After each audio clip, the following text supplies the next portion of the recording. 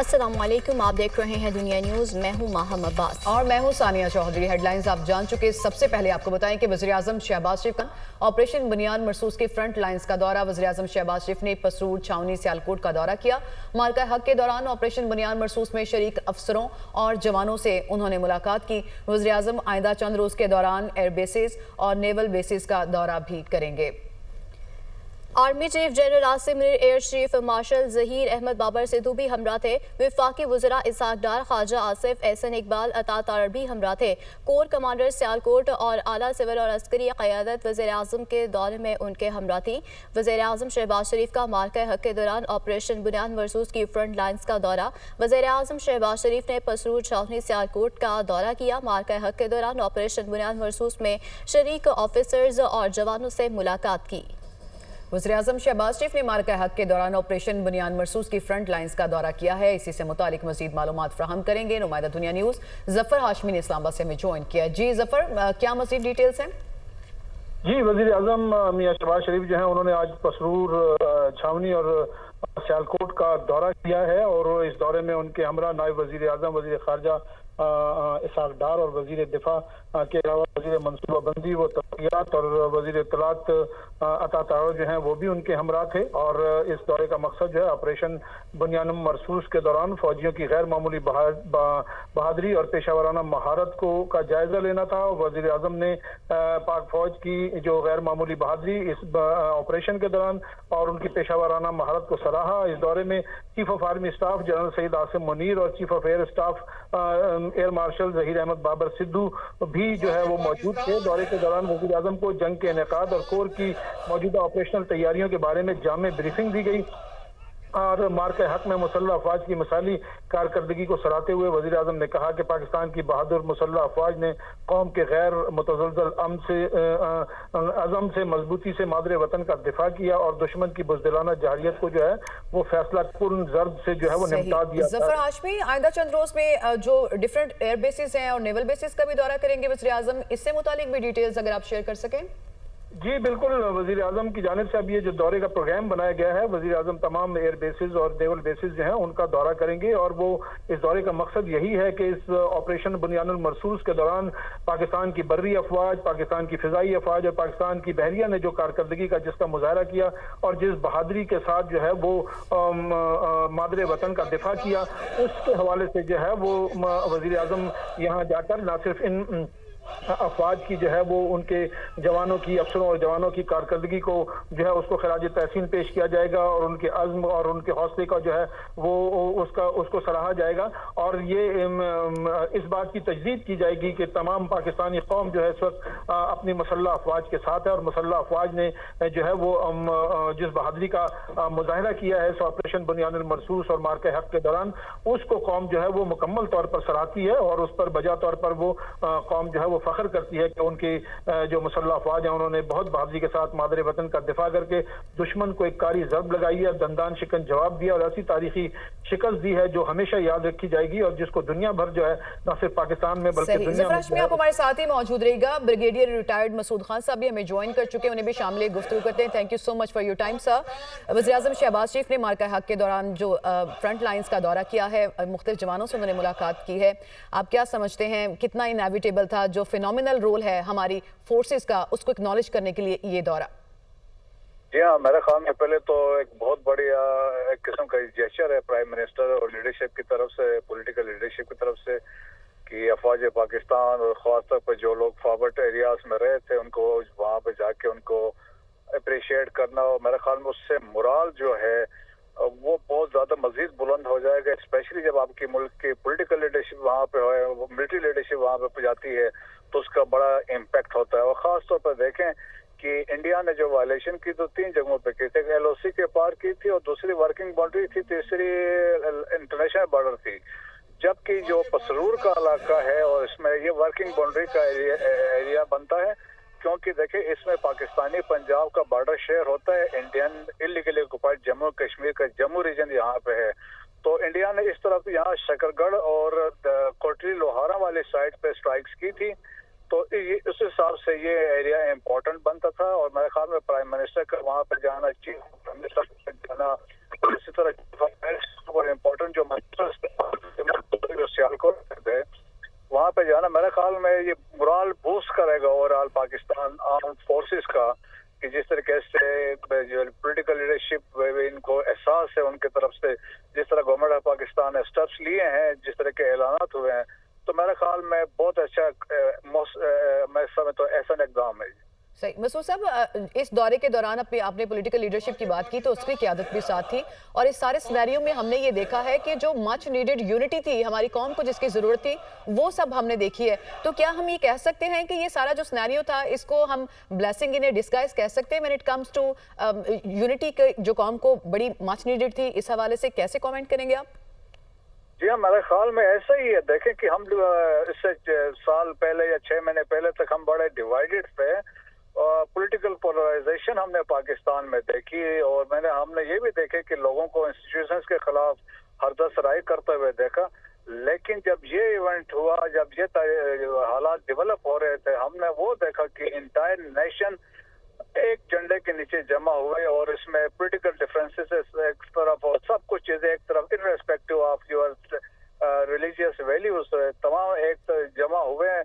और मेरा उससे ये हुआ कि पाकिस्तान देखिए, जब कौमें अफवाज के साथ होती हैं तो उससे मोरल बढ़ता है, फिर कामयाबी कदम चूमती है। So that was demonstrated by this nation. और मैं तो कहता हूँ कि 65 के जैसा माहौल था। फिर मैं मोस्ट इम्पोर्टेंटली ये मिलिट्री लीडरशिप को ये क्रेडिट जाता है, जो स्ट्रेटेजिक लीडरशिप थी, खासतौर पर जनरल आसिम की। देखें, स्ट्रेटेजिक क्लैरिटी के साथ जो स्ट्रेटेजिक डिसीजंस लिए गए, स्ट्रेटेजिक टारगेट्स ले किए गए, उसने बहुत बड़ा इम्पैक्ट क्रिएट किया है। 1947 के बाद मैं कहता हूँ पाकिस्तान ने इस दुनिया में अपना आप को मनवा लिया है। पाकिस्तान एक कन्वेंशनल फोर्स है, एक मिसाइल फोर्स है, एक न्यूक्लियर पावर है, और पाकिस्तान विल नॉट कॉम्प्रोमाइज। और ये भी मैसेज दिया कि न्यू नॉर्मल का कोई कंसेप्ट नहीं है, कि हम we will not compromise on our sovereignty and territoriality, and that has been conveyed to entire world. और जो देखे, इसके बाद से इंटरनेशनल कम्युनिटी जिस तरीके से इन्वॉल्व हुई है, तो मेरे ख्याल में दे हैव रियलाइज कि पाकिस्तान एक बड़ा इंपॉर्टेंट मुल्क है। It is at par with India. पहले तो हमें वो डाउनग्रेड करते थे, now they have realised our importance. मेरे ख्याल में credit to political and military leadership. सही। आपने अभी न्यू नॉर्मल की मसूद खान साहब बात की, तो वाकई में किसी भी न्यू नॉर्मल को ना तो एक्सेप्ट करना चाहिए, ना ही ऐसा कोई न्यू नॉर्मल होना चाहिए। लेकिन हम जब बॉर्डर की दूसरी साइड पे देखते हैं तो अभी भी एग्रेशन हमें सुनने को मिलती है। आप समझते हैं वो सिर्फ रेटरिक के लिए है, या अभी भी उनके अंदर ये वेनम मौजूद है? देखेंगे, एक तो ये रेटरिक है, रिवायती बयानबाजी चलेगी, क्योंकि जो ह्यूमिलिएशन हुई है, देखें ह्यूमिलिएशन इंटरनेशनल लेवल पे हुई है। अब लोग मसूद साहब, इसके ऊपर मैं आपका कमेंट जरूर लूंगी, लेकिन इस वक्त हमें ज्वाइन किया है हारिस नवाज साहब ने, उनको भी शामिल गुफ्तगू कर लेते हैं। Thank you so much for your time sir. अभी हम बात कर रहे थे वज़ीर-ए-आज़म शहबाज शरीफ ने जो ऑपरेशन बनियान मरसूस की फ्रंट लाइंस का दौरा किया है, अस्कर क़यादत भी उनके हमरा थी।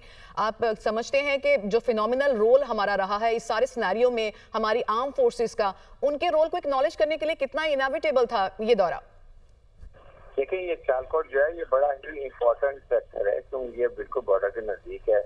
और यहाँ पे याद होगा 65 में बड़ी मशहूर चुमंडा बैटल चुमंडा हुई है, बहुत ही ज्यादा ये सेंसिटिव एरिया है। और यहाँ पर प्राइम मिनिस्टर पाकिस्तान का जाना और अपने मोरल ट्रुप्स के मोरल को हाई करना, उनको जाके बात करना कि अवामी सब साथ हैं, उसके बाद उनके लोगों को बताना, और जिस तरीके से कामयाबी हासिल की है और चीफ आर्मी साहब के साथ मौजूद है, आई थिंक ये बहुत अच्छी बात है। बल्कि अब इनको और भी जगहों पर बॉर्डर एरिया पे जाना चाहिए जहाँ ट्रुप्स इस वक्त भी बिल्कुल आगे लड़ते हैं।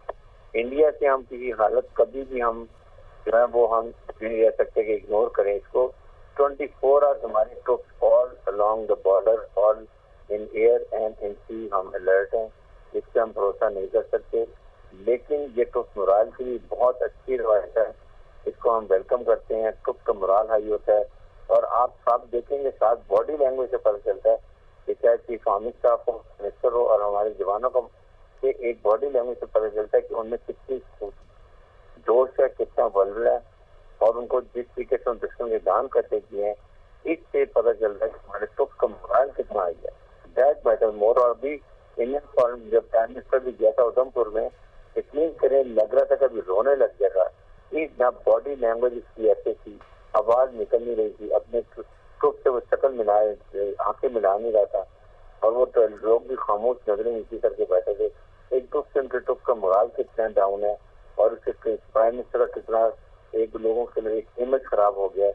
आई थिंक इस वक्त Pakistan is very high moral.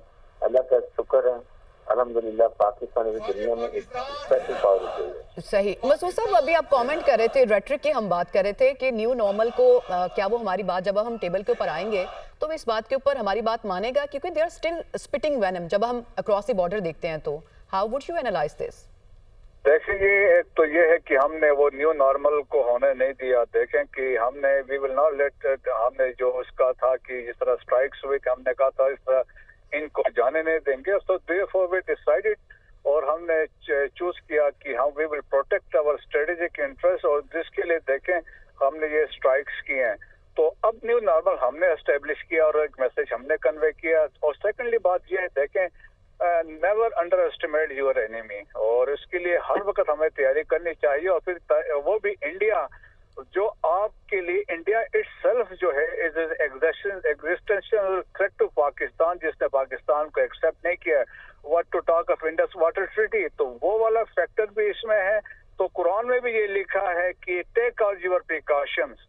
तो हमें तो हर लिहाज से तैयारी भी रखनी चाहिए और हमें हर वो पॉसिबिलिटी को, हर अनफोर्सिन सिचुएशन के लिए तैयार होना चाहिए। लेकिन जिस तरीके से अब इंटरनेशनल कम्युनिटी इसमें इन्वॉल्व हो चुकी है, they have realised the threat की देखें कि conventional war between Pakistan and India हो नहीं सकती है। अगर होगी तो इसके सीरियस कॉन्सिक्वेंसेस हो सकते हैं। और वैसे भी खैर इंडिया के अभी भी जो जितने बड़े लोग हैं या थिंक टैंक से वो कहते हैं even they are not in a position to fight a conventional war with Pakistan। लेकिन मैं कहता हूँ कि देखें, दो ममालिक हैं, दोनों न्यूक्लियर पावर हैं, तो मेरे ख्याल में भी हमें इस तरह सोचने भी नहीं चाहिए। लेकिन जहाँ पे बदमाशी होगी, जहाँ पे अगर आपको वो प्रिवेल करना चाहेंगे तो then this nation and the armed forces they shall respond to any aggression against Pakistan। उसमें तो कोई दो राय नहीं है। लेकिन मेरे ख्याल में इंटरनेशनल कम्युनिटी जिन्होंने ये कहा कि they will discuss broad sets of issues between the two countries, तो मेरे ख्याल वो हमारी जीत है। जब वो कहते हैं मीडिएशन होगी वो हमारी जीत है, जब वो जम्मू एंड कश्मीर की बात करते हैं वो हमारी जीत है। सही। तो कन्वेंशनल वॉर हमसे नहीं लड़ सकता भारत, ना ही हम यहाँ पे कोई न्यू नॉर्मल जो है वो साउथ एशियन रीजन में स्टैब्लिश होने देंगे। ये साबित कर दिया है हमारी आर्म्ड फोर्सेस ने। इस तमाम सूरत हाल पर मसूद खान साहब आप तज्जिया पेश कर रहे थे, आपका शुक्रिया। और ब्रिगेडियर रिटायर्ड हारिस नवाज साहब भी इसके ऊपर अपना मौक़िफ़ दे रहे थे, आपका भी बहुत शुक्रिया। 10 मई का मुकाबला पाकिस्तान ने 6-0 से जीत लिया। अफवाज पाकिस्तान ने अपने से बड़े दुश्मन को हर महाज पर शिकस्त फाश दी। नाकाबिल शिकस्त राफेल को पाक फिजाइया ने टुकड़े टुकड़े कर दिया। हम 9 मई वाले हैं, 10 और 28 मई वाले नहीं। पाकिस्तान का सर फख्र से बुलंद है और रहेगा। वज़ीर आला पंजाब मरीम नवाज का होनहार स्कॉलरशिप प्रोग्राम की तकरीब से खिताब।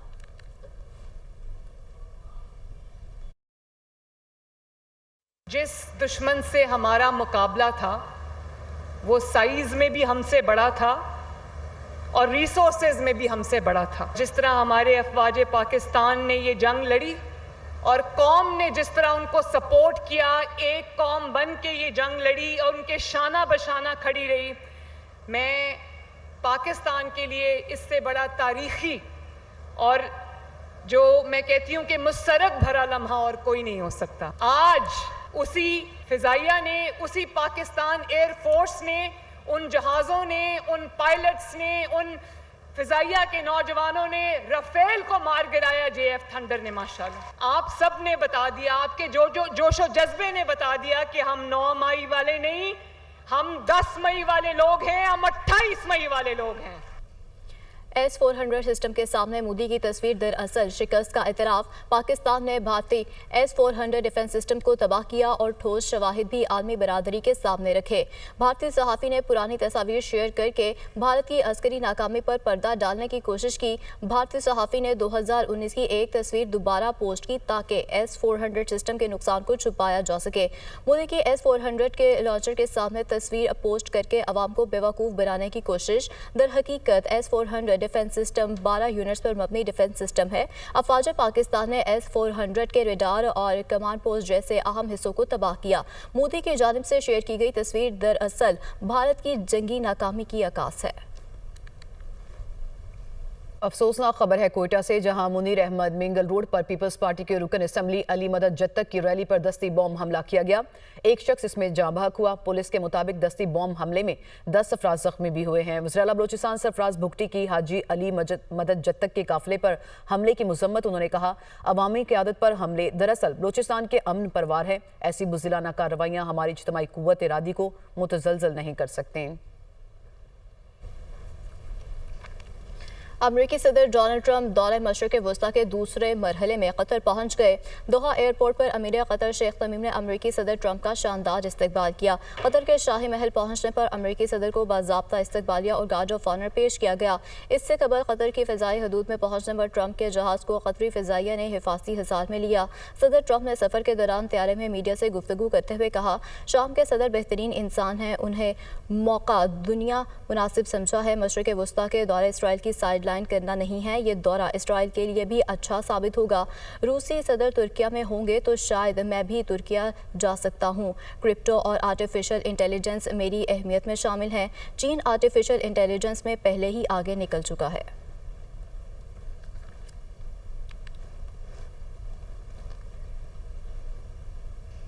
भारतीय फौज के बुज़दिलाना जारहियत के नतीजे में जख्मी होने वाले 2 जवान शहीद हो गए। पाक अजवाद के शोहदा की मजमूई तादाद 13 हो गई। ISPR के मुताबिक भारतीय जारहियत के नतीजे में 78 जवान दौरान ड्यूटी जख्मी हुए थे। इस्लामाबाद से रिपोर्ट देखिए।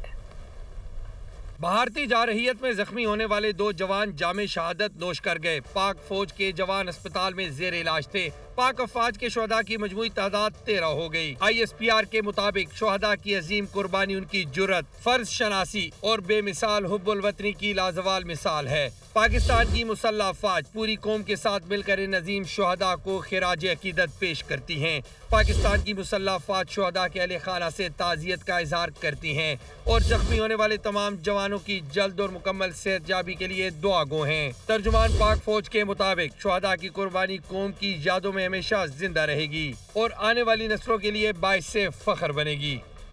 तुर्किया के सदर रजब तैयब एर्दोगान का एक्स पर पैगाम। वज़ीर-ए-आज़म शहबाज शरीफ को कीमती भाई कहकर मुखातिब किया। कहा, तुर्की और पाकिस्तान के दरमियान उखुवत और भाईचारा सच्ची दोस्ती की बेहतरीन मिसालों में से एक है। ये बरादराना ताल्लुक दुनिया के चंद ही ममालिक को नसीब होता है। पाकिस्तान के अमन, सुकून और इस्तेहकाम को अहमियत देते हैं। अच्छे और बुरे वक्त में हमेशा आपके साथ खड़े रहेंगे। तुर्किया माजी की तरह मुस्तकबिल में भी आपके साथ खड़ा रहेगा। बराह रास्त लिए चलेंगे आपको वज़ीर आला बलोचिस्तान मीर सरफराज अहमद भुगटी और इरकान असम्बली की जानिब से पाक अफवाज के दिफा वतन के मार्के को खराज तहसीन पेश करने के लिए जश्न फतह जलसे का इनेकाद किया गया है। कुछ लोगों का ये ख्याल है, मैं बहैसियत बलोच ये सवाल एक बार फिर बलोचों के सामने रखना चाहता हूँ, बलोच कौम के सामने रखना चाहता हूँ कि ये एक लाहासिल जंग की तरफ आपको धकेला गया है। 2-4 दिन पहले एक नाम नेहाद इनका लीडर एक पत्थर के पीछे छुप के ये कह रहा था कि ये कौमी जंग है। आया ये कौन सी कौमी जंग है जिसमें आम बलूचिस्तानी को जंग की तरफ धकेला जा रहा है, एक लाहासिल जंग की तरफ। अगर आज बलोच कौम बहैसियत बलोच नहीं सोचेगी तो 10 साल बाद, 15 साल बाद, 20 साल बाद ये सोच जरूर उभरेगी कि ये एक लाहासिल जंग में जिस तरह मासूम लोगों का कत्लो गारत किया गया, मासूम मजदूरों का कत्लो गारत किया गया, मासूम बलोचों को मुखबरी के नाम पे जिस तरीके से कत्ल किया जा रहा है, ये बलोच रवायात में कहीं पर भी नहीं है।